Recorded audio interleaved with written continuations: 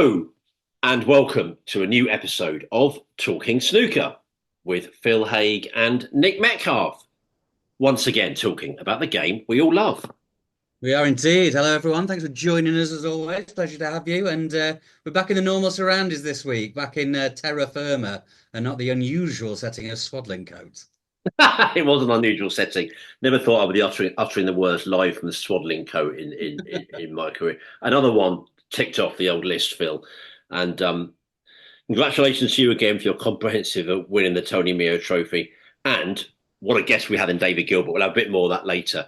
To say he put the cat among the pigeons, Phil Haigh, would be an understatement. He had tongues wagging everywhere. And I don't think there wasn't a newspaper in the business, was there, that didn't write up some words from Dave. He's so vanilla, that guy. When's he ever going to come off that fence and start giving us some bloody opinions? Yeah. I don't think I saw anyone agreeing with everything he said. I saw some people agreeing with some of the stuff he said, and plenty of disagreements. But that's the nature of debate. So no, he was predictably good value, and yeah, I mean, we'll have him on it. I think he's our first official double guest as a player, and I wouldn't rule out him coming back for some more of those crazy opinions. Yeah. I've forgotten how you put it now. Something like red hot views from the farm or something, wasn't it? Yeah. It could easily be a regular slot. If you ever take a ratings tumble, it's straight away onto Dave Gilbert, isn't it? And you come on and do it every week. So, um, Phil, the Northern Ireland Open is underway, and we will take a look at the first couple of days shortly. Just to say, the main focus of this episode will be to catch up with your views. We do have a backlog of correspondence now. High time we caught up with that all, and we look forward to doing that later in the episode. Thanks so much, as ever, for getting in contact with us. But first to Belfast then, and the second home nations event of the season. Well, Ronnie O'Sullivan pulling out, Phil, as we expected. Didn't hear the news until yesterday, Sunday. We recorded this on a Monday night. Yeah, clearly not for the first time this season, and it won't be the last. We're not going to see Ronnie O'Sullivan in action, so always a shame for fans. And I know some pointing out that, again, the news came late. I mean, Ronnie did indicate some while ago he wouldn't play in this, so it's no great surprise, but it obviously was made official pretty late. Got to say, on the table, big story yesterday. Mark Selby going out, beaten 4-3 by friend of the podcast, Louis Heathcote. Louis saying he's got to go out and buy some more clothes for the week, Phil. He wasn't expecting to go this far. But yeah, word from you there, maybe straight away, because two big lines there. We won't be seeing two big stars of the game. Ronnie O'Sullivan for pulling out reasons, and Selby for pure snooker reasons. Great win for Heathcote. Yeah, it really was. Yeah, the Leicester derby there. I watched a fair bit of that. Some good stuff, some surprising misses from Selby. But Louis won't mind, took advantage, and yeah, specifically said he hadn't taken many pairs of pants with him, so he's off to the shop in Belfast to stock up. But yeah, I mean, such a good player, Louis. He's just been sort of slowly developing, and that's a real signature win for him. That's a great result. And yeah, the Ronnie stuff, like it's just that he said that in that interview, didn't he, with it was Chris Evans. And we sort of knew this anyway, but he laid it out clearly. He said, I enter everything and then just see what I feel like the day before. Probably won't go, but if I feel like it, I might. And that's why we get these late withdrawals. But um, even though we're sort of expecting it, it's frustrating for the fans, isn't it? No one really expects Ronnie O'Sullivan to play in everything at all, especially at his stage of the career with everything he's won. No need to at all. But it's the nature of the late pullouts that frustrates fans. But yeah, I spoke to, I mean, we'll come to this later, but I spoke to Sean Murphy and Kyren Wilson the week before this, and sort of knowing this was coming, asked what they thought about it, especially Sean on his sort of WPSA players board hat on, to see what those guys thought. But they were both sort of players' prerogative. You can do what you want. Got to look after yourself, what you want to do. So yeah, fair enough from that point of view. But yeah, of course, us sort of in the know in the sport who follow it closely didn't expect him to play. But you've got to feel sorry for anyone in Belfast who just saw his name in the draw, bought a ticket on that, proviso that they would expect to see him and then didn't. So shame for them, but not unexpected. No, that's a very fair way of summing up that situation. And let's move on to other results on the table then. Well, Judd Trump had a comfortable win. He beat Ishpreet Singh Chadha 4-0. Breaks of 72, 65 and 1-1-2 from Trump to go 3-0 up. And then he won the fourth frame comfortably too. Well, I didn't see Luca Bassel, hey, Greg Kwang, but I presume you did, judging by your message. And it just sounds like it wasn't pretty, but any win is welcome right now for Luca. And he got over the line in the decider. Stuart Bingham beat Scott Donaldson 4-1, so pretty comfortable win for Stuart. Hell of a win for Stan Moody, again beating Ryan Day, this time 4-3, back-to-back centuries for him, 108 and a 105. And he also made a later break of 67 as well, so really good form from young Stan. Mark Davis beat Gary Wilson 4-1. That's a cracking win for Mark, still very much capable of turning over the top players. And Sean Murphy beat Jiang Jun 4-2, breaks of 53 and 118 in that win for Murphy. And then Dave Gilbert, the aforementioned already, Phil, our guest last week. Well, he was saying he looked forward to it, but I'm afraid he didn't hang around very long. He's already out, beaten 4-2 by Lei Pei Fan. He did make the highest break in the match, 1-1-3, Dave, but unceremoniously tumbled out there, really. And maybe this is the chance to say that he obviously was compelling when he joined us, wasn't he? As we say, live from Swaddling Coat. We really are grateful for all his views. You know, they may not have gone down well in all circles, but my goodness me, they gave us a boost in numbers for sure, and they gave us a boost in coverage. And it's not just about that, but all the forums were abuzz with chat, and he is the opposite of a vanilla character. He's always very opinionated and had loads of stuff to say. But yeah, he wanted to go further than that, Phil. I mean, he's talking about being good form, but you can see that generally. He feels he could have done even more this season, but that obviously wasn't what the doctor ordered for him on the day that brought loads of stories that first day, and they often do these home nation stories. And maybe one of the highlights, what a win for Stan Moody, eh? Yeah, well, it's again, we say all the time at the standard, Lepe fan. I've got snooker.org up here, and he's number 84. I don't know if that's his actual world ranking or he's sort of in this tournament, but he's the kind of player that can beat Dave Gilbert. Stan Moody's 82, the kind of guy who can beat Ryan Day. Stan's improvement, we've mentioned it a few times. I think he only earned about 15 and a half grand last season. So he had a lot of work to keep hold of his tour card this year for next season. But he's gone a long way to doing that already. If he keeps up the form he showed in the first few months of the season, he's going to do it quite comfortably, which is very, very impressive. We spoke a lot about the new guys that come on tour this season. To sort of struggle in your first season, then take another step up is really good work. I did. You mentioned the Luca Brissell game. I did watch some of that. Wasn't good. Wasn't good for me either of them, which is surprising because Hege Kwong is a guy that people rate quite highly. Luke was struggling, and then he did quite a remarkable interview with Alan McManus afterwards, where he hadn't touched his cue for 4 weeks. He said he's been in Mallorca cycling mostly. He flew in from Mallorca that morning.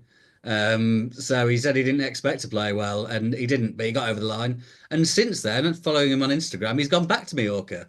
So he's going to come back for his next game on Wednesday. He does it his own way, he does the bullet, and it just about worked in that first round match, but not sure how long it'll keep working for, but remarkable stuff.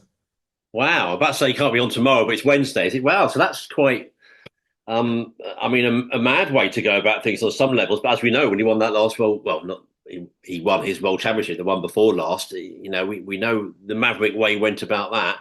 So he's his own man in so many ways. I didn't see that about cycling. May have cleared his head. Sometimes doing something else away from snooker can do that. I know he gave quite I can't remember which tournament it was now recently, but he was sort of saying, a bit defiant. He feels like he's sort of been talked down too much. He was saying, well, actually, do you really think I'm going to carry on not winning? And I thought there's quite a lot in what he said, actually. He says, like Neil Robertson, people said, he's really going through, he's won again. People, do you really think I'm going to carry on? And I thought, you know what, he's probably right. No, we don't think that. It's just his results have been more surprisingly bad than we would think. I mean, he's, to the extent that his ranking has become a real concern. But he's slowly but surely getting there, hopefully, because he's obviously a wonderful player, Luke, on his day, as we know. Day two today, then, Monday. I've already noticed a couple of video printer comments, Phil, so we'll be getting that out soon. But the results that we don't need the video printer for, because the matches have already happened today. Neil Robertson beating Graham Dot 4-3. Not sure we said last time, of course. much repeated match, but actually a world final, Mm. which soberingly will be 15 years ago come next spring. So I don't know where the time goes there. Got to have a word for Jimmy Cooper at Sporting Life, colleague of mine in his pocket science betting column. He did forecast Martin O'Donnell to beat Zhang Anda, and it caught my eye actually because he said during that Zhang Anda a really hard player to call. He's the sort of guy that must make tipsters pull their hair out. You never know quite what you're going to get with him. Breaks of anyway, great win for Martin. Breaks of 93 and 103 to go 2-0 up. Then he won the third. Zhang came right back. I actually watched the decider. I tuned in. And Martin finished it so well, played a lovely snooker.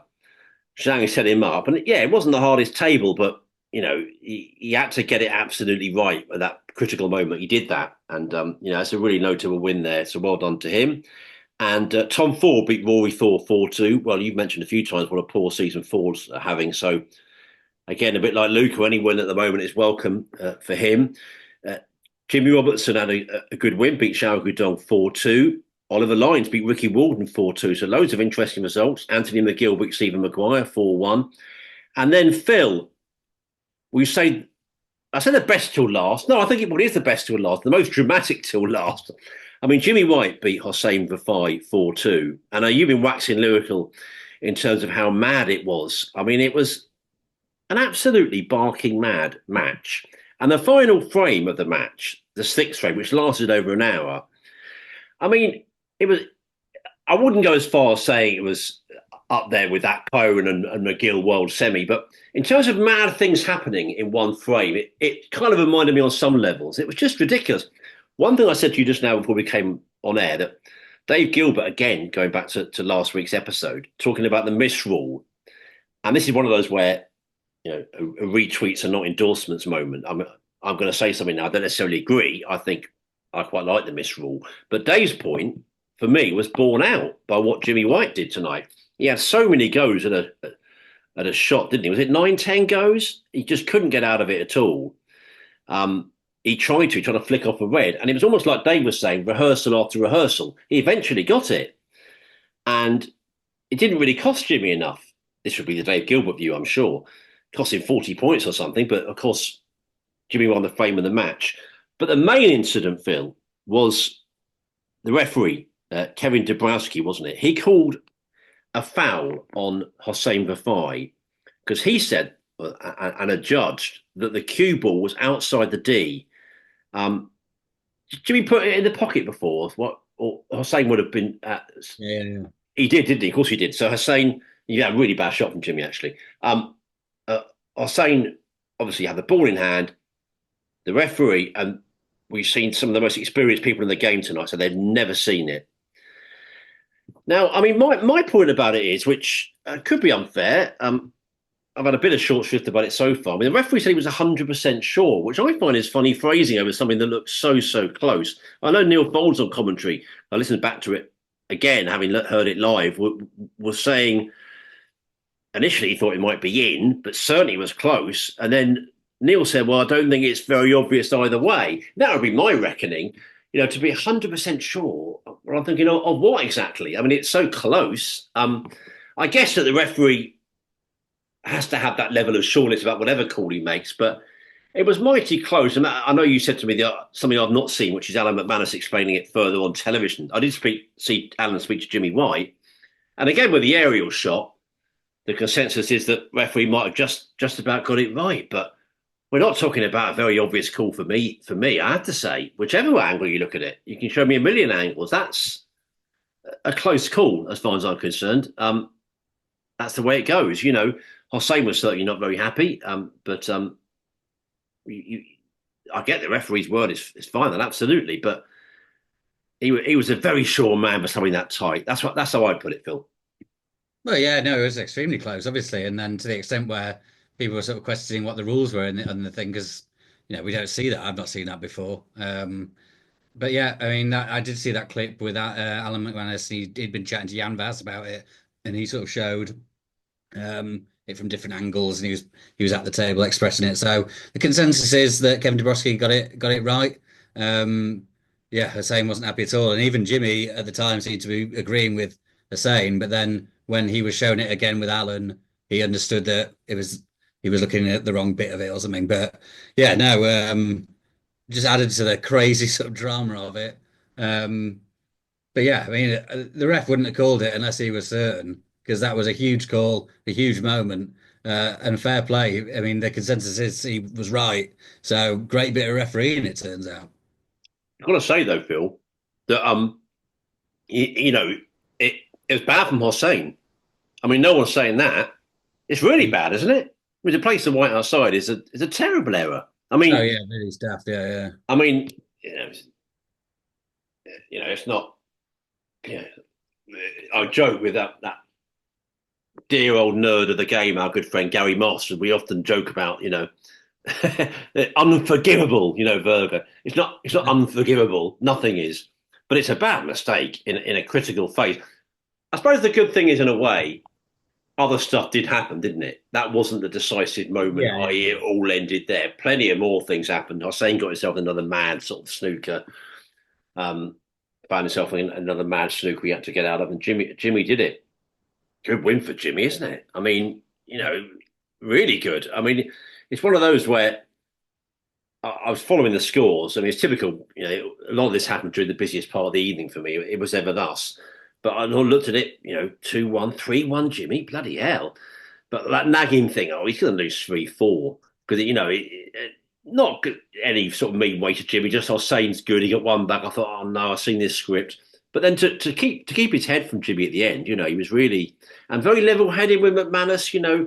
I mean, Jimmy's like that, not getting carried away. Vast experience, saying, I've been playing well, and that was sort of coming, and you could sense his frustration that maybe other results haven't been going his way that he feels he could have done. But I was saying we'll be smarter. I'm not seeing any words from him, but yeah, no, Jimmy just you got to say hand it to the man, the veteran as we have to call him, Jimmy. He's still going strong and still fans everywhere delighted tonight, Phil. Oh yeah, I mean he had the crowd firmly on his side in Northern Ireland for sure. Yeah, he was. Yeah, Jimmy in well, not just recent years, but in recent years he gets very frustrated. But he was one of the two who's keeping his head together the better. Hussein was definitely getting the more frustrated. And look, I mean it was a lot of drive. It wasn't a high quality game. I think there was 150 break from Hussein actually. But yeah, no, fair play for Jimmy. He looked good in parts. And as I say, he remained the more composed of the two. So yeah, amazing win in 2 games to get to this stage. He beat Jackson Page, which was a fantastic win. So into the last 32 at 62 years old, it's some achievement. And yeah, he was loving it afterwards. He wasn't pretending it was a classic, but he was buzzing to be through, and so he should be. Absolutely, so he should be. Uh, Vidi Printer Phil, I get the pleasure this time. Here we go. Now you know how untechnically minded I am, so please shout out if you find these results are from like the Welsh Open 5 years ago as opposed to the Northern Ireland Open tonight. You know what I mean? I think I've got it right here. Barry Hawkins 4, Matthew Stevens 2. So Barry getting through there in a battle of very classy players. Well, a live match in progress now. Looks like it's very much going Mark Allen's way. Mark Allen 3-0 up against Liu Hongyu. And so we'll wait and see maybe by the time we go off air, he's completed victory in that one. And Jack Lazowski, Wang Yushen looks like he's just getting underway. John Higgins, Fan Zhengji might be worth a watch later, Phil. We'll see a bit of that. Lots of stars all the time. It's a good tournament, isn't it? I mean, a shout out for my Sporting Life column again if you haven't seen it when I asked where, you know, not where, what, why more tournaments don't have fixed venues. This one works. Crowds look good already. Everyone's buzzing about it. Everyone's following it, aren't they? Some tournaments you get the feeling, it's a bit maybe more slow burn. And not this one for me. Everyone's right into it from the start. And that's when you've really got a tournament that's so popular. And yeah, Northern Ireland delivering. It's just one of the sort of high points of the season for all of us, isn't it? Yeah, yeah, it's really good. Yeah, I mean, I think we said before when the English was on, these the home nations, because there's so many bigger money, bigger sort of prestige tournaments on the calendar now that these are some of the smaller ones on the circuit, but they're all brilliant. Everyone's in them near enough. Ronnie not always, but yeah, lots of drama, lots of shocks. This always seems to happen. Like, oh, there's a lot of big names gone out early, Mm. but then we remember how many big names we've got, and there's plenty still there because, I mean, obviously Selby was the big one, but Gary Wilson going out early Yeah. it is well. It's not that surprising his form, but it's not been good. If him and Tom Ford are still in 16 when the Masters comes around, then there's going to be some sort of bang out of form top 16 players. Um, Mm. but yeah, we'll see by the weekend. But yeah, you get a lot of shocks early, but then Judd Trump's still knocking around usually, and a few other heavy hitters by that point.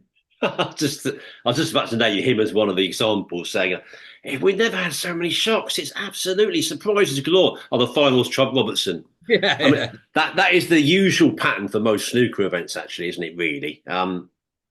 Sometimes you get a shock finalist, of course, and occasionally you get two shock finalists, but usually not. Usually it's shocks along the way, but the big hitters still there come the end. Well, keep enjoying Belfast, won't you? Smashing tournament, and it will continue to unfold over the coming days. Well, some more news lines, Phil. The World Grand Prix, we found out, will be in Hong Kong. We were expecting this confirmation. It will take place at the brand new Kai Tak Sports Park. The Grand Hall there at the park will have a capacity of more than 4,000. And there is a hope, we get this from the WST statement, that we may well see the biggest ever live audience at a ranking tournament. We had that huge crowd in Hong Kong before, of course, but that wasn't a ranker. So that would be a bit of history if we can get something approaching or over 4,000, my goodness. And the prize money is significant too, up from 380,000 to 700,000. The winner now getting 180,000, up from 100,000 last season. So big change, really. Big change at first for these events. Not on ITV. We're pretty sure that's certainly not in the contract. The new deal they announced, that wasn't one of the tournaments, so it'll be elsewhere on television. But they'll very much follow 1 to 1 now, won't they? It's going to be in March, isn't it? Early March. So yeah, it's that straight onto the players, straight onto the tour. So I mean, listen, the end of the season is always good, but that's just an almighty ending, isn't it? With that, then followed by Sheffield. Your keyboard will be on fire, Phil Haig. Yeah, and because that's gone in where the World Open was, and that's gone a week earlier. So I think that finishes on the second, and then those three. And the World Open's a big one too. Mm. So yeah, it's big stuff, and that prize money increase is enormous, 80 odd percent. The players will be absolutely buzzing about that, and it'll be interesting to see what they do because now the top prize is higher than the players and the tour. It doesn't Yeah. seem I, I maybe I don't know. I have no intel on this. You would think they would probably top up the other ones to keep it as a progressive series. Maybe they won't. Maybe they'll just take this. But players will be hoping there's even more to come. But yeah, that obviously we've only seen sort of computer generated images because it's not even finished being built, I don't think yet. But it looks incredible. Um, yeah, Hong Kong's obviously got a great history with the game. And yeah, it looks like a huge step forward because this tournament's moved all over the place. Not had. It's also sort of uh, it's come after the Masters. Did it come after the Masters last year? And it just sort of felt like a bit of a, I know, we just rolled into it. And it felt a bit after the Lordsman had a show a bit. And so to give it it's a big blockbuster move. So yeah, no, as long as the sort of TV deals, there is one. It's on Discovery Plus Eurosport, I assume, or wherever. As long as it's a good one, sort of scratching around or signing up for some more streaming service, then all good. But yeah, it's certainly a positive move, and the players will be thrilled. Yeah, you're right there about the time. This is quite significant because it has been in that postmasters slot, and it strikes me that it's one of the tournaments I named in the column I wrote along with the players. Because when you actually look at the list over the last sort of 8 9 years, it's almost averages out of one a year. It's something like 8 9 years with 7 8 venues. So I focus on the venues, but actually there's quite a bit of time differential in this tournament as well. So anyway, it'll be interesting to see them all three in a row for sure. And it obviously will feel like a real series then. And so yeah, lots to look forward to. And as I say, very different indeed because now two of the tournaments will be in the UK. The first of them in China. So totally different viewing for us here in the UK. But this isn't the home of snooker. By no means. Feels like it at times, but it's a global game. So Lots of breakfast viewing, lunchtime viewing for us. And of course, if you are listening to us in the Far East, it'll be prime time viewing for you in the evening. So we look forward to that, Phil. And also a couple more lines here. I've got a line that Canada's Sahil Nayar has earned himself a 2-year card on the World Snooker Tour after beating Brazil's Fabio Anderson Lerson 5-1 in the final of the Pan American Open Snooker Championship in Canada. Breaks of 81 and 55 helped Nayar go 4-0 in front. Lerson pulled one frame back, but Nayar soon sealed the deal. He'll be on tour next season. But some nice consolation for Lerson. He won the Pan American Seniors Championship, and he'll be at the Crucible next spring for the World Seniors Championship.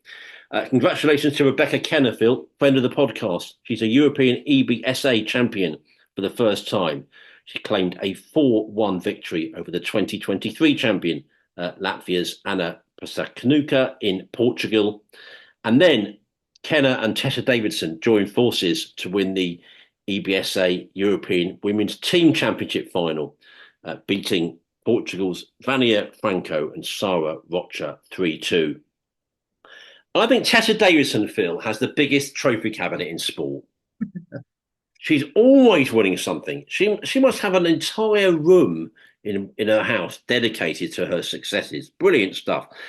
One more thing I really want to ask you about. You've generally been really busy with your interviews, haven't you, in the last week or so? Loads of great ones.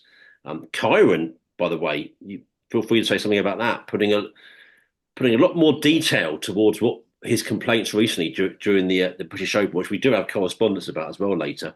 But also one interesting one, really, with David Grace, who's had a tough time in the last year. So it's quite sad to see that. He's lost a good friend of his, lost his mother, and it was sad to see some of the struggles that he's had, and typically personal piece that you wrote, Phil, having spoken to David. But he also mentioned that you wanted to say a young player to keep an eye on. We always love those. Yeah, for sure. Yeah, that was didn't go. I didn't write this up in the interview, but it came out in the chat. Daniel Boyes, player who's based at the Northern Snooker Centre, the next great player to come through there, maybe. He won his first English Junior Tour title. He's the reigning English Under-18s champion. He beat Vladislav Gradinari 3-2 in the final of the second English Junior Tour event of the season, which is held in Coulsdon. So yeah, he's a player to look out for. He's going to be racking up these junior titles. Dave says he's very highly thought of at the Northern. So yeah, of the future, I'm sure he'll be at Q School probably next year, but we'll see. But Daniel Boyes, a name to look out for. No, very much so. And there's lots of stuff on Metro from you, isn't there? As well as a lot of praise for Judd Trump, I know, which is obviously not a new thing, but a lot of players saying the guy's standards are remarkable. And that comes through time and time again from other pros, isn't it? It's important to point out. They say, we heard it from Oliver Lyons. I know he's a good pal of Judd's, but sometimes it's the friends that speak the best truths type thing. And he was saying no one puts harder work in than Judd. You hear that a lot. Prolific hard worker. And a lot of his fellow pros and some of the biggest names in the game, I know Sean Murphy was saying stuff, they're kind of lost in admiration for this guy, aren't they? What he's doing year after year. Very important to say that. They just say they're at times blown away. He's so consistent, winning loads of stuff. And so that must have sort of struck you as well when people like Sean, Kyren Wilson saying it, his real peers, how much he really is thought of. Oh yeah, big time. I think it was the stat that he's been to at least the quarterfinal of every event he's played this year, and we're near it November, so it's a fair few events. Yeah. And the consistency. I mean, everyone knows how good Judd's A game is. It's as good as anyone's near enough. But it's the consistency. It's so hard. These best of sevens and this tour's so good.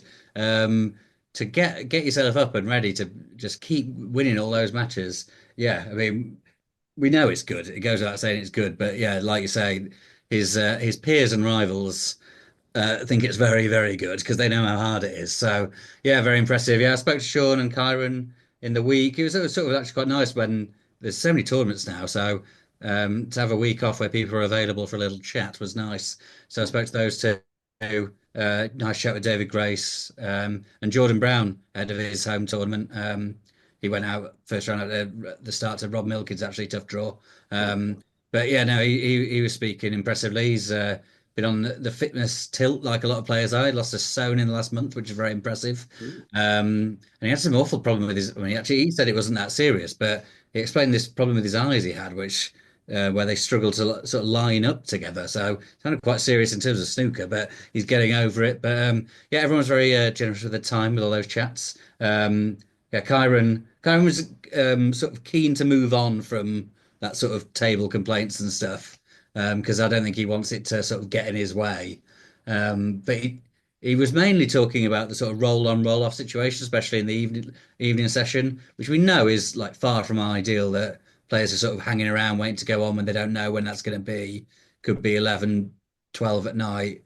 Um, but he was explaining that they didn't even know which table he was going to be on, and he didn't. He says he didn't mind which table it was. It's just that he was watching table one, thinking he's going to follow that, and it wasn't until 7:30 that he was told he was going to be on the other table, which was a very quick game. So he had to very quickly sort of get his act together, get back to the venue, ready to play. So yeah, it doesn't sound like a very sort of helpful situation for these guys who are playing. That was the last 16, tough game, big tournament. It's not ideal. So I think he was asking for a bit more clarity and organisation, I guess. I mean, when it's roll on, roll off, there's only so much you can do, but maybe they could do a bit more. That's what he was asking for.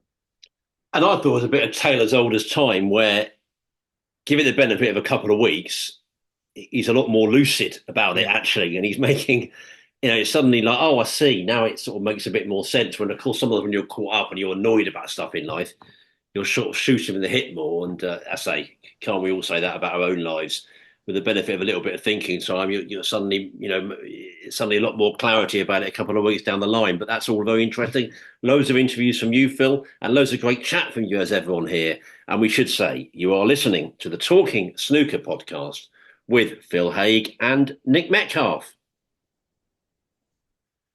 Well, I think we haven't really discussed it, but we're hoping no need to do a particular marathon episode here, so maybe not a lot more than an hour. I think we got quite a bit of your views here. I say some of it going back a while, but I don't think a lot of it is something that needs a great amount of explanation or huge long answers, which I think will become apparent. Some of them are sort of more statements and just nice stuff to read out. So good mixture, hopefully. And let's get straight on with it, shall we? And go to Brian Campbell, who said, "Dear Nick and Phil, with reference to Nick's spot-on observation that the clues on 3-2-1 were easier to follow than the British Open format or draws, perhaps the players could learn of their opponents with a rhyming clue and then a Ted Rogers-style explanation to unravel the identity of their next opponent. For example, on 3-2-1, a clue may have been thus: get through to the next round, give your back a pat, you're sure to play the one in the pointy hat." Host Ted Rogers' explanation would have been along the following lines: so who wears a pointy hat? A chef, perhaps? But have any snooker players got food connections or food-related nicknames? Well, no, but a wizard might wear a pointy hat. You're sure to play him. Take the "we're" from wizard and add it to be sure. What do you get? Wishaw, reminding you of Wishaw. That's right, you're playing the Wizard of Wishaw, John Higgins. Maybe between us, we have stumbled across a way of making draws more entertaining for those watching. As ever, keep up the great work on the podcast. It's always thought-provoking, with reasoned debate and essential listening for snooker fans. Kind regards, Brian. Well, that may have prompted the biggest switch off in certain parts of the world of all time there. I mean, I'm sure listeners in Germany are like, that's it. That's enough. I can't, this is just nonsense. Or maybe the Netherlands or the Far East. I mean, that was very, very UK centric, and one for the teenagers. I mean, I should explain that it was me. It's my fault as ever. I made the 3-2-1 comparison. It was a big Saturday night show here in the UK on ITV, one of our main channels. I noticed it. I had a look at it. It ran from 78 to 88. So I'm too young to remember the early days, but I would say it hit its height around the sort of early to mid 80s. And as I was growing up, like millions of others, it was getting 16, 17, 18 million ludicrous viewers, ludicrous number of viewers, far less to do in life then, of course, but it just got these incredible audiences. But it was a hell of a program, really. It had loads of different entertainment elements of it. But the clues at the end, and I think you may have seen a clip of this, Phil, that was going round. Um, they were truly bonkers, and I couldn't quite get my head around it growing up. I just sort of thought maybe this is the way things were done because I'd have been sort of 8, 9, 10. Only when I got a bit later, I thought, oh no, they were mad. That was just, it didn't matter who you were. You could have been, 70 or 80 watching. They just were mad. They made no sense. And obviously, I'm being flippant. The British Open made more sense than the clues on 3-2-1. But it was more complicated this year than I think it needed to be. I wasn't always sure what round we were watching, and plenty of others were as well. They were saying it was quite difficult to follow. And you made a good point that in commentary one day there was talk of a future match, and then there was no evidence of anywhere written down. So we weren't quite sure when draws were taking place.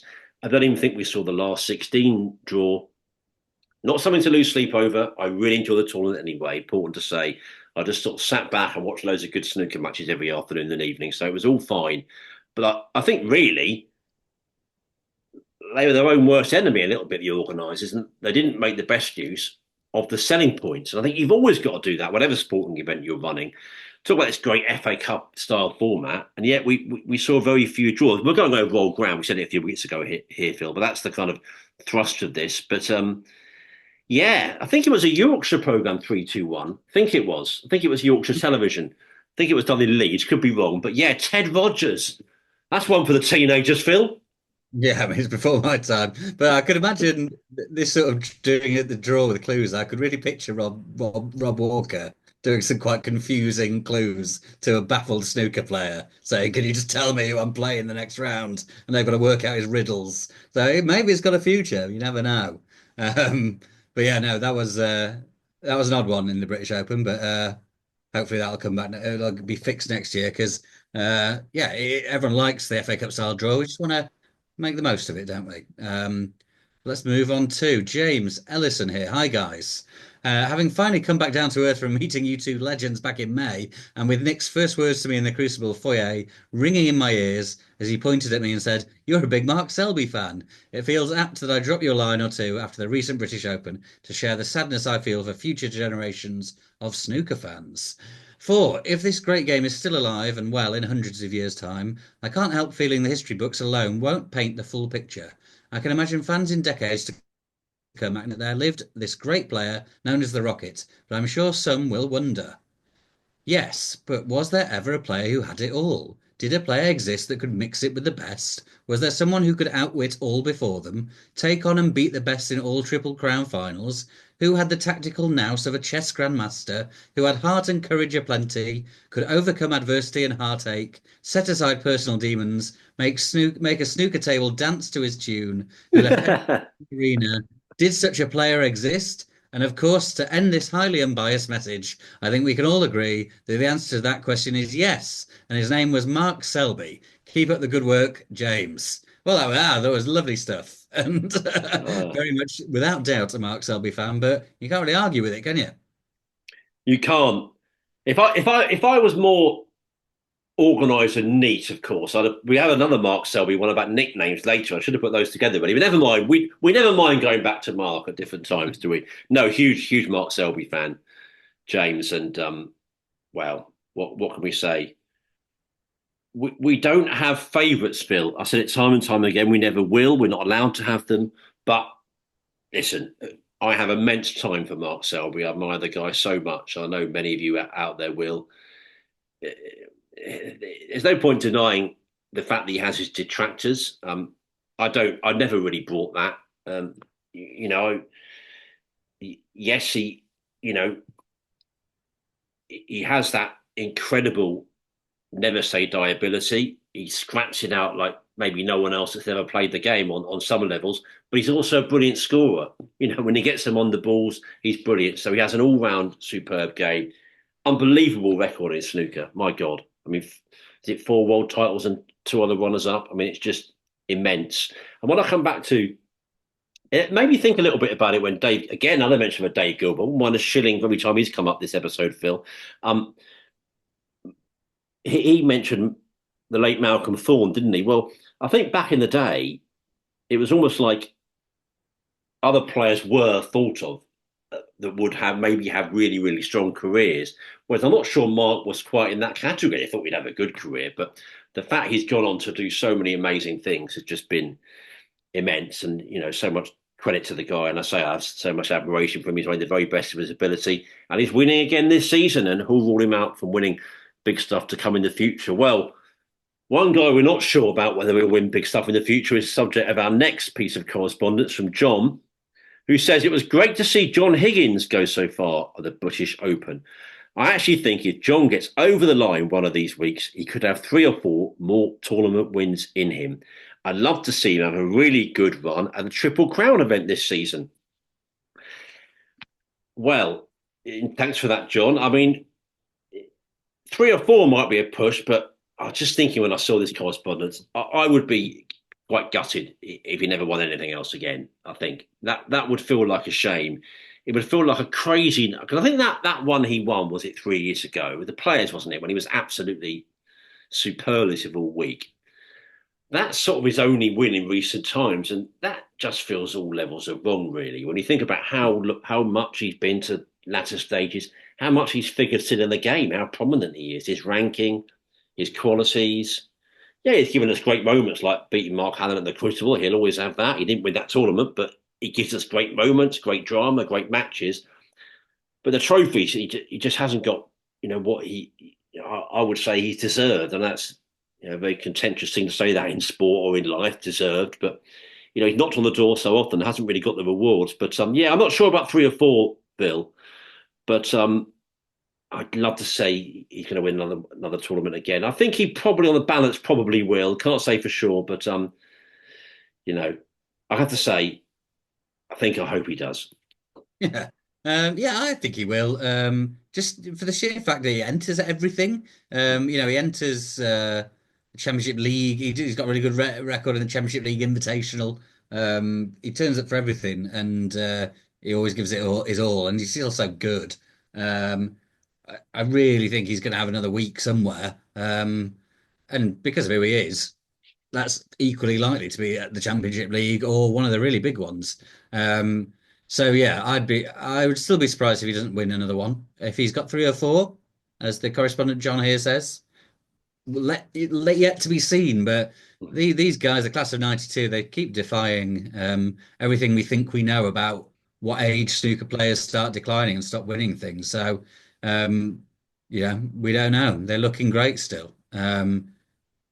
John obviously is further down the rankings than he has been for a long time, but no one's saying he's not a good player anymore. Worse players than him are lifting trophies at times. So yeah, I think there's another one in him at least, but we'll see. Here's Gary. Most people seem to be against Kyren Wilson after he complained of not being on the TV table at the British Open. But I think he has a point. And if you look at some of the disrespectful comments made to him since his complaints, it does show that plenty of people should show more respect to him as world champion. Don't you think the status of world champion is important enough in this sport that the successful player should be at the front and centre of everything the season after? Well, 2 things on that. I agree about the disrespectful comment. I think media for you, but a lot of the sort of responses to Kyren's complaints I thought were outrageous, like really awful, but not surprising, is it, on social media? But bang out of order. So I think there was disrespect shown to him there. But yeah, the idea that he should be front and center of everything. I mean, we spoke about this at the time. I don't think because you're world champion you should be on TV table for every single game you play. I think that would be an awful lot of Kyren Wilson for over the season. And he said that himself actually when I spoke to him, and like you said, he'd sort of had a bit of time to think. He said he's actually felt like he's had his fair share of the TV table. I think that's right. I think that tournament he'd actually been on his first for 3 games already on the TV table, and if he'd have beaten Sletter, he was playing, he'd have been back on the next one. So I think he's getting enough TV table time. And if you win matches, you'll get more and more. Um, so yeah, in response to that, I think the response to his complaint was a bit disrespectful. But then I suppose you could say his outburst was slightly disrespectful in some ways. But I thought some of the comments to him were bang out of order. But I don't think it should be nailed on your world champion on every single game on the telly. He should get more than he did before, and I think he has been doing. So I think on that front, it's actually been just about right. Yeah, I can't really add a lot more to that. I thought it was very disrespectful. I mean, particularly, the clip from Talk Sport, that general interview, and then we put a clip up from that on our Talking Snooker page. I thought some of the comments back were really just sort of quite rude, really, to be honest. And I think you put it best very well then, but I think you put the best line last time when we talked about it. Were he never on the TV table, he'd have big complaints. He'd be like, this is a bit ridiculous. I'm the world champion. But if it's a mixture, I think it's just about all right, really. And look, any sport would have to be dysfunctionally run to such an outrageous degree. Snooker clearly isn't that. To not put Ronnie and Judd as the main matches, in the same way that tennis would have to be dysfunctionally run to not have Federer take all the good slots. He's retired now, but when he was playing, and Nadal is soon to retire, and Djokovic, of course they get all the best slots. And a bit less obvious is that if they do the same in major championship golf, I can assure you, because I've been to enough of them, they'll make sure that the best players tee off in around about an hour, spell of an hour. So TV get them all finishing together at lunchtime one day and at prime time the next. And the lesser players, quotes unquote, the ones the public don't really know, and the ones much, much more unlikely to win the Open Championship, for example, are placed around less desirable areas, TV slot wise. All sports do it really. Um, and that's ultimately what it's all about. It's eyeballs, isn't it? It's viewing figures. So I don't think it's particularly different. And it's not really a slight on Kyren, because nobody in snooker can compare to Ronnie and Judd, really, in Mm. terms of marketability, just star quality. I mean, some come very close at times, but, you know, Ronnie in particular, no one's ever going to really take over Ronnie, because he's just a supreme example of a superstar in sport, across sport, never mind just snooker. So, I think, and what we said before, if you read the stuff that you've done with Kyren now, Phil, he's now talking a lot more practically about it. And now you sort of think, oh, I see what you mean a bit more now. Yeah, that's not quite so good. Whereas before, I thought the response was disrespectful, but in a way, these things always flow, because Kyren was kind of so outspoken. People, I think wrongly, think that then that gives them a green light to be a bit more demonstrative back, and it doesn't really. I'm probably not making. I feel like I'm doing quite a lot of No, waffling no, there. yeah, no, I get what you're saying, yeah. Um, but there we go. We appreciate the correspondence there from you, Gary. And let's move on, shall we, to Mark Edmonds. No relation to Noel, as far as we know. I bought tickets for a couple of Noel Edmonds, Ted Rogers. It's all you know, topical stuff. Phil, and Noel's still sort of around, to be fair. Mark Edmonds, I bought tickets for a couple of matches at the UK Championship in York. They are balcony seats. Have you guys sat up there? And if so, what is the view like? Very good, in my opinion. In fact, I've heard people say, and I don't disagree with this, that I wouldn't actually say I've been, and well, I haven't been. I haven't been an every year York man, and I haven't attended an absolutely incredible number of UK matches, much to my chagrin, because I love the tournament. I love York. But it often falls at a funny time of year for different reasons. I don't always make it up there. So my sample size wouldn't be huge, but it would be, still a relatively large number of games I've seen in the tournament. I love sitting up there. So comfortable, lovely seats, proper old cinema seats, really, really nice. And you are a bit further away, but I never really felt like it's a prohibitive distance. I always think it's still a nice view. I've seen some absolute crap. I think I've even sat in the very back just to test it out once, actually.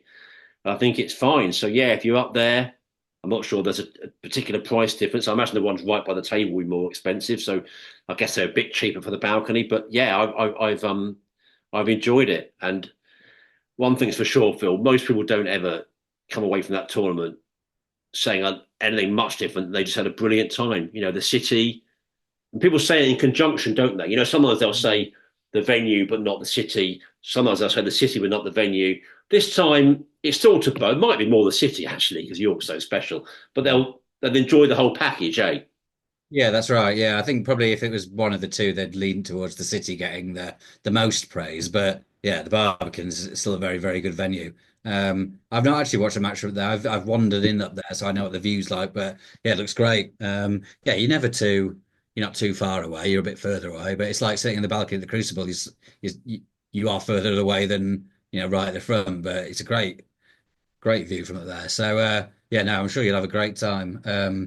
Yeah, it's everything. It's the time of the year as well, isn't it? I mean, York's Mm. great all year round, but it seems especially nice as we're getting towards Christmas. So yeah, oh, getting excited already thinking about it. Really lovely stuff. So yeah, have a really good time there, Mark. I'm sure you will. Um, I mean, a fairly big one here. Ger Murphy 903 on YouTube. Can you please explain the point system in snooker? Um, Briefly. I mean, we're probably not the best time to. I'm sure we're better to read this somewhere, but obviously 15 reds that are all worth one. Then we got yellow two, green three, brown four, blue five, pink six, black seven, and you got to go red color until those reds are gone, and then you can clear the colors for 27 points at the end. So that's why you get a 147, which is red, black 15 times, and then 27 points at the end to get 247 points.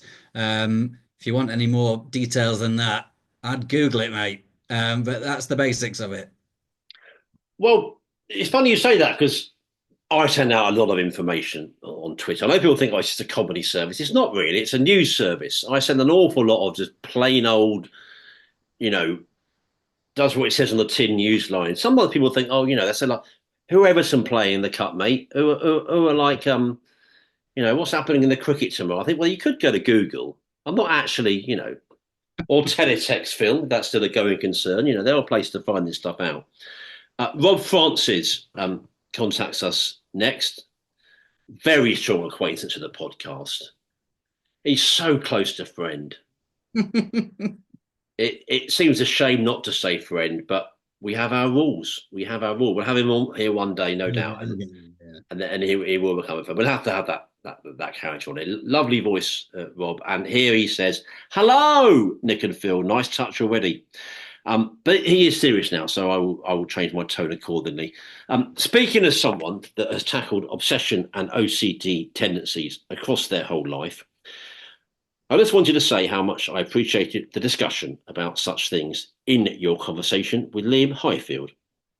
I especially liked the recognition towards the potentially beneficial aspects of the condition and the way you looked at the possibility of harnessing it in positive ways, an area I've always thought wasn't spoken about enough, and something that can definitely apply to snooker and many other facets of living.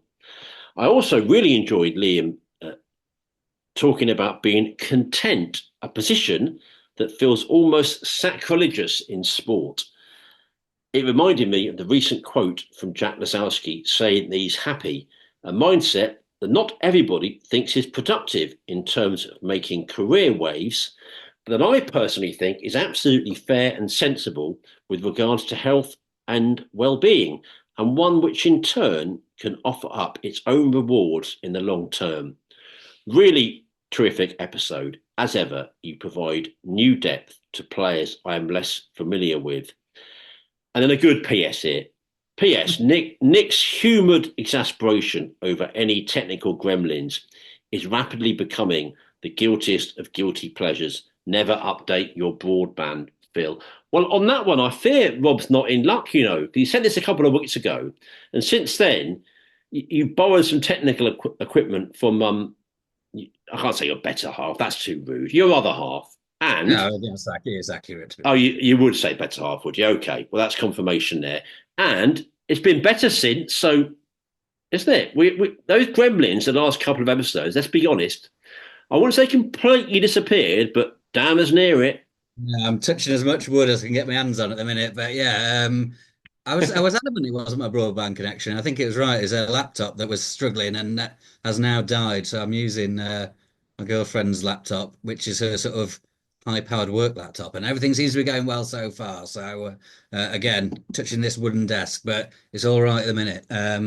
But yeah, no, I agree with everything Rob said there. I mean, I really enjoyed that episode with Liam. And as with all the best episodes, I think we do, there's quite sort of serious nature to bits of it, and that was part of that, yeah. And I'm glad that sort of resonated with people. It's not something I've had to deal with OCD, but I know an awful lot of people do. So yeah, that was really interesting to hear people talk about that. It was, and I really get that, myself, Rob, and I have said before, and will happily say again, really, that I am no stranger, sadly, to obsession and addiction issues, and I do think that while that's undoubtedly made life very difficult at times, I have also found positives. I mean, the main example I used before and probably continue to use is travel, but there are others too, and I kind of was thinking really the other day, if I could choose to be less addictive, like maybe take a tablet to take that sort of part of me away. I don't know if I would, because I think maybe primarily you get dealt the hand you're dealt with and sort of deal with it from there, really. But also, I do have lows, but boy, I was thinking I do have massive highs too. I met up with a very old friend from university last week, and such a level-headed character. And there were times I've definitely been jealous, thinking so balanced about things, so I don't know, able to keep that sort of balance. He's always been the same. He was like it at 20, and now he's like it at 50. But yeah, I guess that highs and lows thing is kind of compelling. I know that's not quite what we were talking about, but I'm also fascinated by that way of finding positives. And I talked to didn't I with Liam and guys and guys and ladies, people that I've known in my own life that have had sort of obsession and addiction tendencies, and they're very closely linked. I think they turn to all kinds of things that have become positives. I mean, you get addicted to those; that's the nature of the person. But it could be sport, it could be a particular type of work. You can throw yourself into things that aren't bad, while at the same time, I have to admit that unfortunately in life, it's very easy when you're made that way to go down a destructive route and go down the route of the bad stuff, the things that end in tears, the alcohol, the drugs, the what have you, the gambling.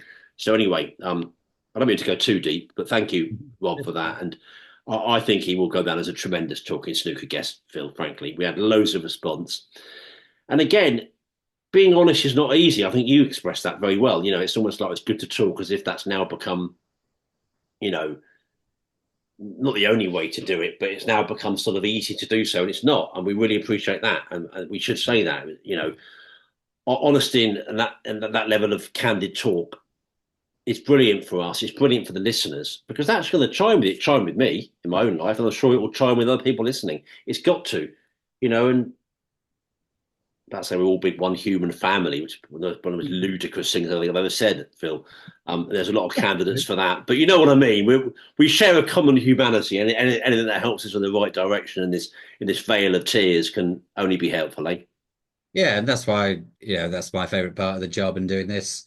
When you get to know how people tick and their stories behind just knocking balls around on the table. We love the game, but the players and are much more interesting characters beyond how good they are at potting balls. And yeah, Liam was fascinating, and yeah, I haven't worked out if we were going to Ace on the same day, but we are because I'd love to have a pint of Carling with him or Oh, whatever we were doing.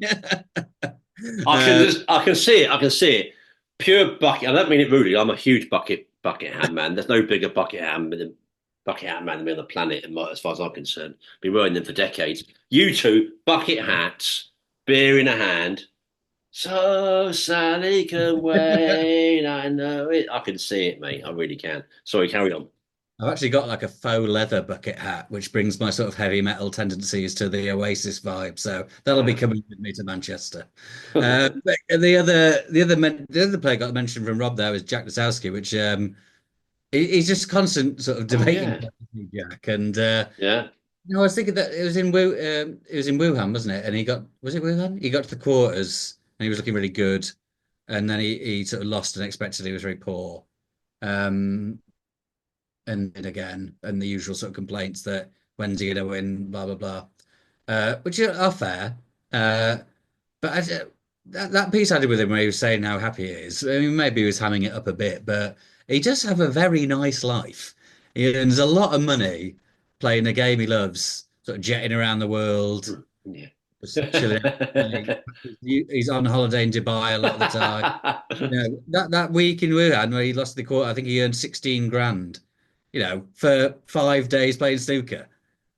He has a lovely old time, and of course he wants to win things. Of course he does. You don't get to the level he is without being a driven, hard-working sports person. So, yeah, there's a level that he wants to get to, but the idea that he's sort of, I don't feel too sorry for him. This is my point. I think, not everyone can be the best. I'm not the best journalist in the world, but I don't go to bed crying every night because I have a perfectly nice life. I think it can be the same for sports people as well. And I've got to say one quick thing before we go on to the next one. It's reminded me of that wonderful timeless moment of Georgie Best surrounded by champagne, the world's most beautiful women. Where did it go wrong, George? Where did it all go wrong for you? Not quite the same, but it reminded me of that. Sorry, sir. No, but it's right, isn't it? If you when you're in the obsession of like snooker results like we are, you get bogged down to it in it. But if someone who didn't know anything about Jack Lasowski met him and heard about his life, they'd be like, "That sounds all right to me." A lot of people would swap their lives with Jack Lasowski, so don't worry too much. Yeah, he looks great. Looks Yeah. looks $1 million. Goes away on holiday to all these beautiful sunspots. I know. Where did it go wrong for you, Jack, mate? Some guys get no luck at all. Yeah. Well, I'm sure he will win at some point. We'll see, we'll see. But if he doesn't, he's doing okay. Yeah. Anyway, here's Brian McGovern. Hi, Nick and Phil. I enjoyed the episode with Liam. One of the things that came out of the episode was players with neck problems. Are there many players who have this issue? Love the podcast and keep up the good work. Regards, Brian. Well, yeah, loads to differing degrees, and some sort of come and go. Some are pretty chronic. Anthony Hamilton, he's got sort of all sorts of problems, but neck and shoulders, one of them. Peter Ebdon, I think that's what put him into retirement eventually. Because it's such an unnatural position when you think about it, bending over and then lifting your neck up like that. Yeah. And you're doing that for thousands and thousands of hours. There's an awful lot of players that have to deal with that. And the older they get, it's an awful lot of stretching, spending a lot of time, probably more time stretching than potting balls when you're practicing when you get up later in your career. There'll be loads more, but can't think of them off the top of my head. But yeah, it's a very common problem with these guys. Yeah, as so often in the history of this podcast, can't really add a lot more to that than you just said. Very common. Loads of players I've spoken to over the years will say they have issues with their neck. It's just, as you say, an unnatural position. It's very, very common to have injuries there. And I think, Liam may have said that himself actually when he was talking about it. Just said, it would be something common that you'd hear from a lot of players, and yeah, unfortunately, it is. It's just that constant sort of bending down, and even if you play a tiny little bit for us, the old Tony Me and the odd match, saying you get neck problems from that, but you kind of realise it is kind of weird to sort of be like that, even for sort of few hours, and these guys do it every day of their lives, so.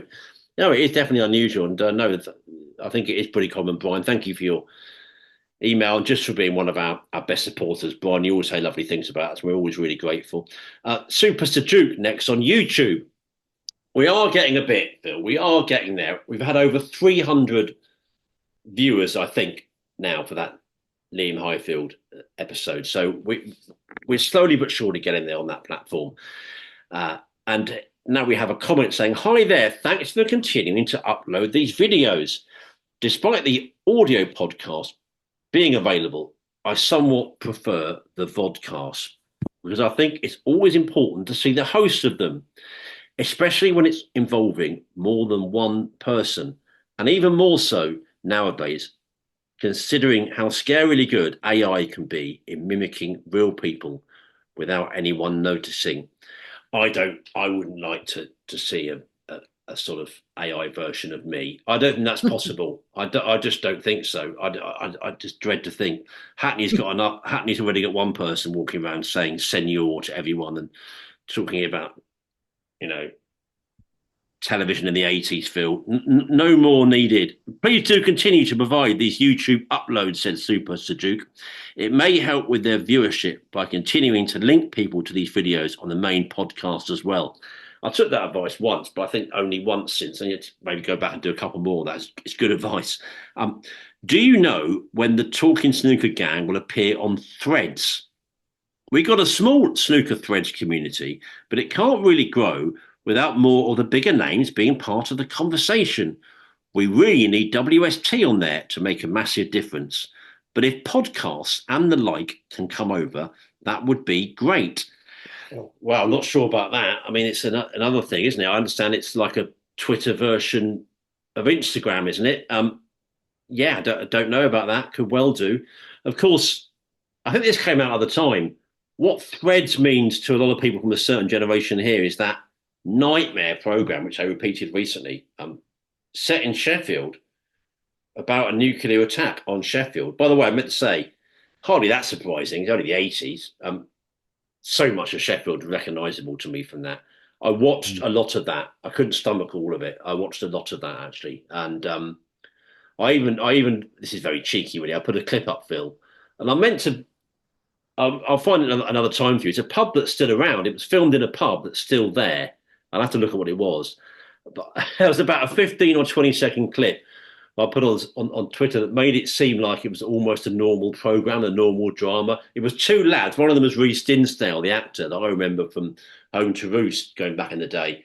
The lads were out, few drinks, Saturday night, fruit machine was going brilliant. But yeah, I cut out the bit about the nuclear attack. But anyway, that's what Threads makes me think of. But no, we're not on Threads, but we are on YouTube. And thank you for that compliment. And well, we're getting there on that platform. Are you on Threads? You might personally be. I don't know.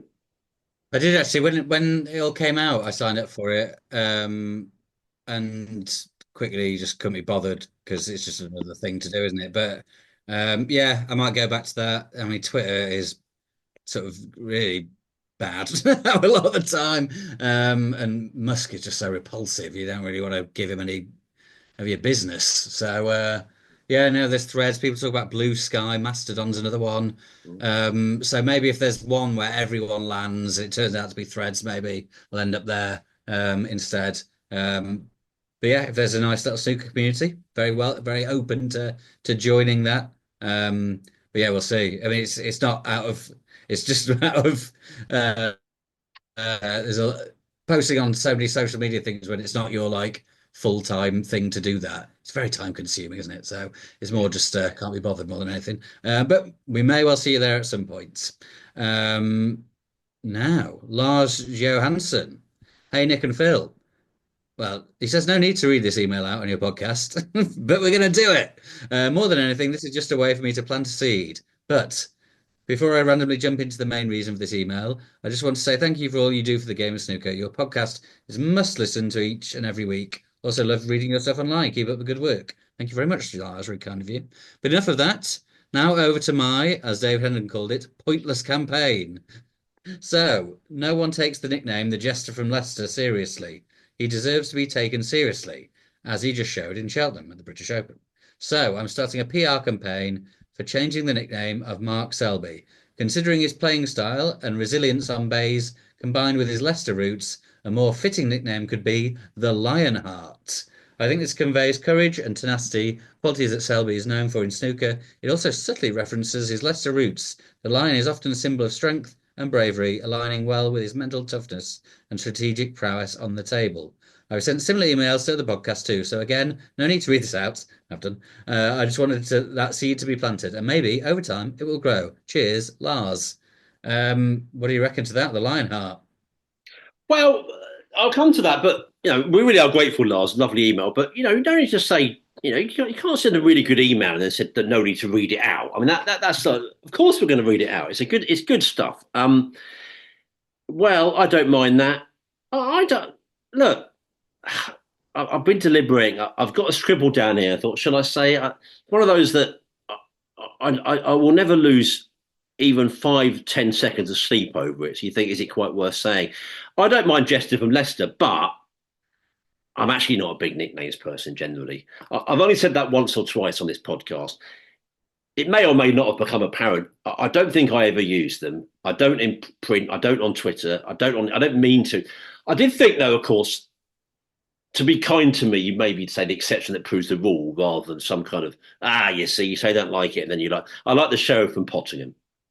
Yeah, The sheriff of Pottingham makes me laugh. So yeah, that's one, and maybe the historic ones, the whirlwind Jimmy White back in the day, the Hurricane, but I don't really like them. But I'm not just buttering you up. I think you're the one of the ones that does it well. You say Rocket v so and so. The way you link it into your Twitter, I don't mind it. I've never been a big nicknames person. I find them just a bit naff, really.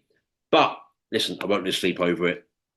And I think I'm in the minority because every time I'm around snooker events, conversations in the pub, people love them. They love talking about who's, what changing one, or they love just saying it. They love just saying the nickname of the person. So I'd be in a minority there. I don't mind it. I don't mind the Lionheart Mark Selby, but I don't really mind the Jester from Leicester. I know people are a bit sort of like, they often think they're the first to say it, don't they?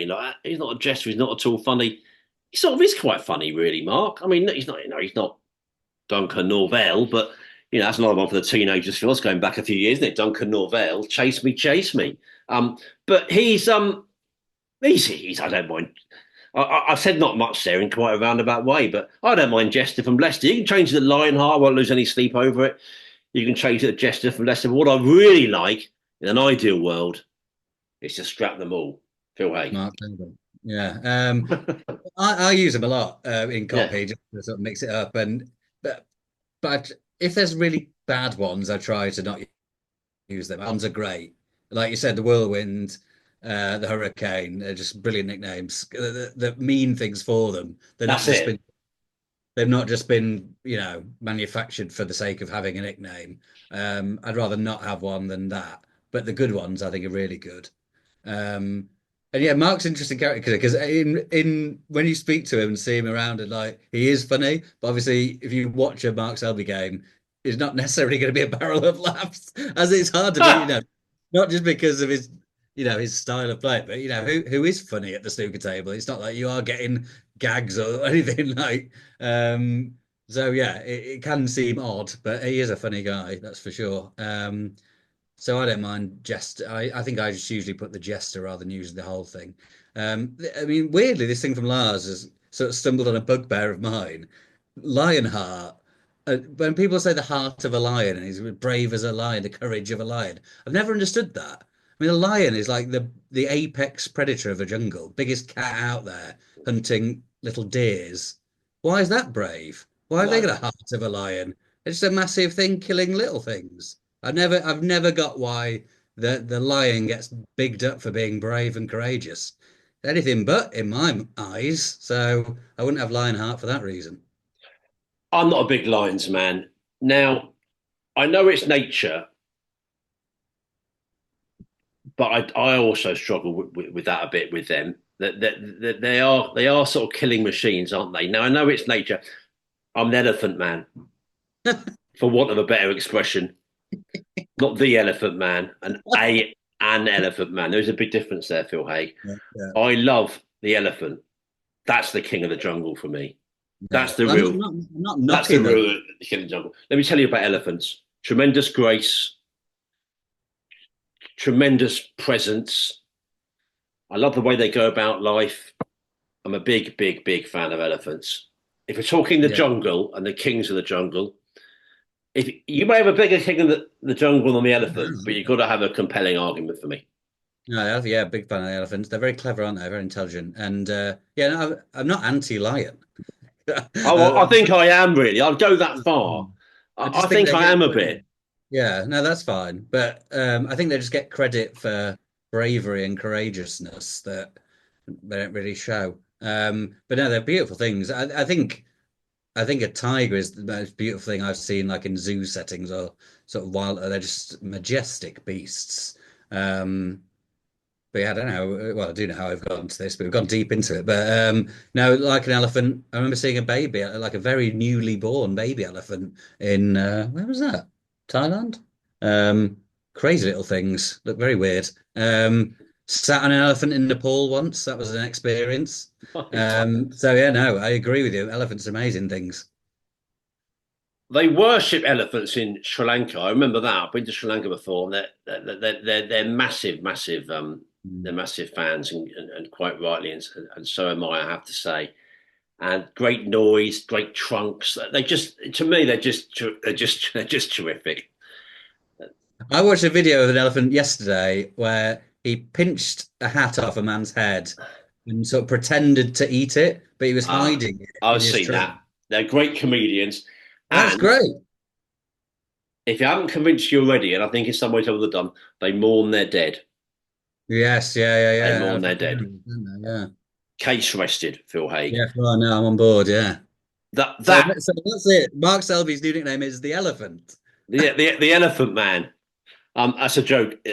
It's not the Elephant Man. It's an Elephant Man. That's how I said it. Okay. We got ourselves in a bit of a mess with that, didn't we? Never mind. If we had any skills whatsoever, we kind of edit bits out, but we can't do that. We I can think that was barely. our best stuff just there. Let's go in front and center. Right.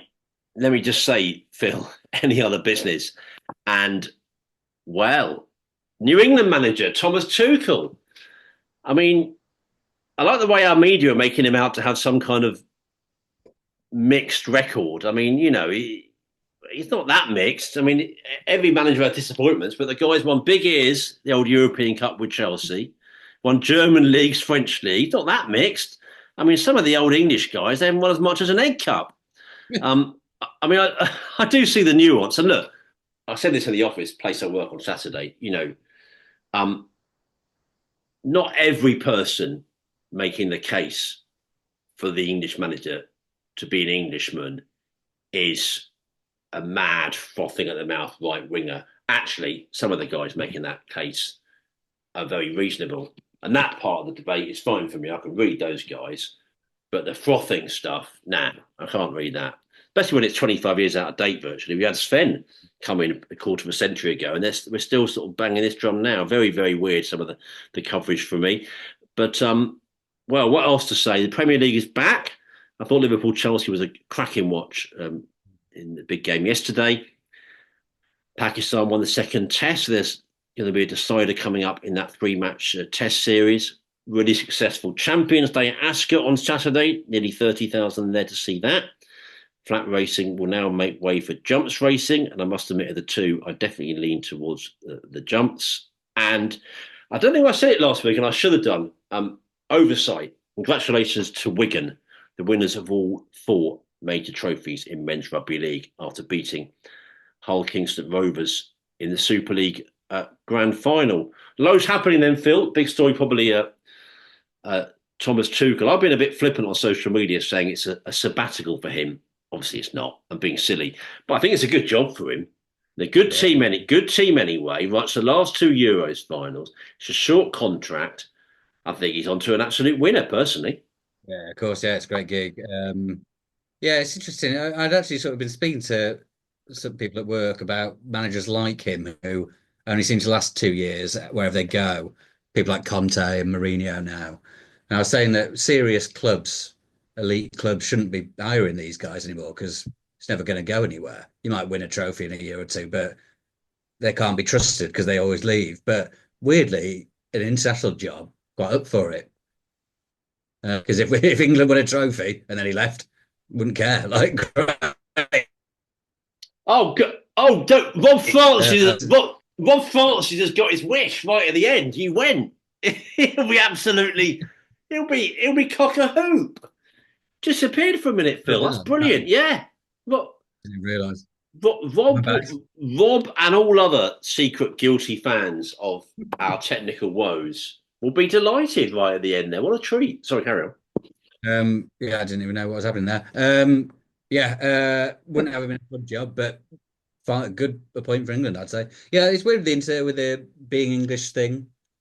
My thought is that I would like the whole squad of every country, including the managers, all the coaches, to be that nationality, because that's sort of how I see the point of international football. But seeing as that's not the rules and no one, then what's the point of one country trying to stick to it? So, yeah, just get the best man for the job.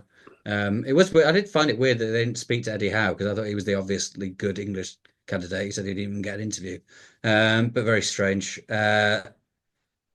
But what have we got coming up after this? We've got the rest of the Northern Ireland Open. And I was just looking at Scottish Open qualifiers straight after the Northern Ireland in Sheffield at Ponds Forge. So there were some notable games. Let me just get this up because there was a couple that stood out for me in the early rounds. But Fons Porge, to give it its proper name, you know that. Exactly. Yeah. Moody against Boyko. Yeah, there's a few of these sort of Berkshire Revers against Bayulu. Interesting. So yeah, the road show will keep on rolling. So we're straight from Belfast back to Sheffield for the Scottish Open qualifiers from Monday. What a road show it is, Phil. What a road show it is. Is that it for snooker? I think it is. And pretty much everything else. We did do a rather long one, didn't we? Could be getting on for an hour and a half there.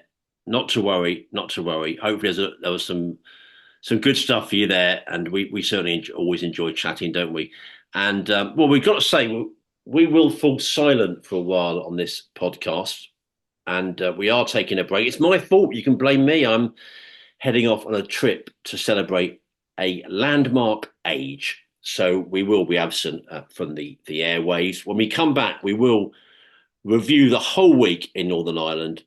Please do enjoy the rest of the tournament. We know you will.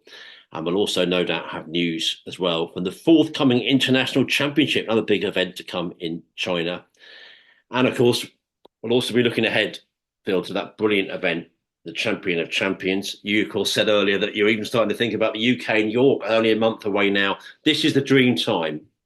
I feel like I say that a lot, actually, but I say that probably 4 or 5 times a year. This is one of the dream times, okay? When we know we're coming up to the time when the night's drawing even more, getting all cozy at home, putting the telly on, loads of great snooker. But it's been a great start in Northern Ireland. Or shall I go back to the video printer? You know how much I like doing that. Okay, yeah. Come on, let's not.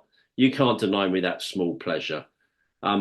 Pleasures decline as you get older, I can assure you. So anything is good. Mark Allen completed the job, Phil. He beat Lu Hongyu at 4-0. I know you mentioned he was heading for victory earlier. Let's see what he was like form-wise. Well, 3 breaks in the 70s from Mark, 71, 76 and 70. So, yeah, obviously a really good victory for him, comfortable victory.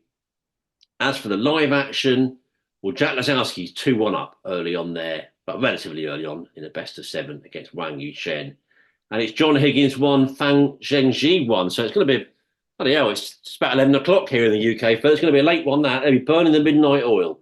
So maybe we'll go and watch a bit of that, shall we, while we get this episode out. And I'll see you soon. I salute you and say thanks for your company. As ever, you've been great to chat snooker with. And we'll do it again soon. I won't ask you to pick a winner in Northern Ireland because Nostradamus couldn't do that. Yeah, probably Judd Trump. But, yeah, could be a few of them. But no, yeah, pleasure as always. Thanks everyone for tuning in. Great to have you on board, and we'll speak to you not quite as soon as we usually do, but not too far away. Keep your thoughts coming. talkingsnooker@yahoo.com, or indeed you can email us talkingsnooker@yahoo.com or tweet us at talkingsnooker. So plenty of ways to get in contact with us, and we always encourage you to do that. We're caught up with your correspondence now. We will do your views, of course, going into the future as we always do. So your views are always welcome. Thanks, everybody, for being with us on Talking Snooker. We wouldn't be there without you. We really wouldn't. So for now, from your old friends, Phil Haig and Nick Metcalf, cheerio.